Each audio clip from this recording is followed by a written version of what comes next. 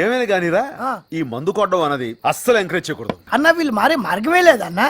ఇదేంద్ర మామ ఎంత పెద్ద తాగుబోతైనా తాగుడు బంధు పెట్టచ్చా అంటే అవునులో ఇక ఇంటి పెద్ద తాగుడుకు అలవాటు పడితే ఆ బాధ ఎట్లుంటుందో చెప్పనక్కర్లేదు.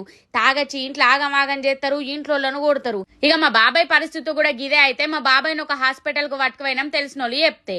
ఇక హాస్పిటల్ పేరు సెకండ్ లైఫ్ రీహాబిలిటేషన్ హాస్పిటల్. ఇది ఎక్కడనో కాదు, బంజారా హిల్స్ లో ఉంది. అడిగి పోయినాక మా బాబాయ్ పురాగ తాగుడు బంధు పెట్టింది. ఇక కొంతమంది తాగుడు ఎక్కడ బంధు పెట్టాల్సి వస్తుందని హాస్పిటల్ కు రమ్మంటే అసలుకే రారు, గొడవ ఎత్తారు. అయితే మనకి ఇక్కడ పేషెంట్ కు తెలియకుండా సూతా ట్రీట్మెంట్ చేస్తారు. 100% సక్సెస్ రేట్ ఉన్నది. అట్లనే ఇది WHO రికమెండెడ్. ఇక 100% సైడ్ ఎఫెక్ట్లు అయితే ఉండయి. ఇక హాస్పిటల్ కు రాలేని వాళ్ళ కోసం ఆన్లైన్ సర్వీస్ సుతా అవైలబుల్ గా ఉన్నది. ఇక ఖర్చు ఎంత అవుతుందో అని భయపడారు. బయట డి అడిక్షన్ ట్రీట్మెంట్లు అన్నింటి మీద సుతా పోల్చుకుంటే ఇక్కడ మస్తు తక్కువ ధరలో మనకు ట్రీట్మెంట్ దొరుకుతుంది.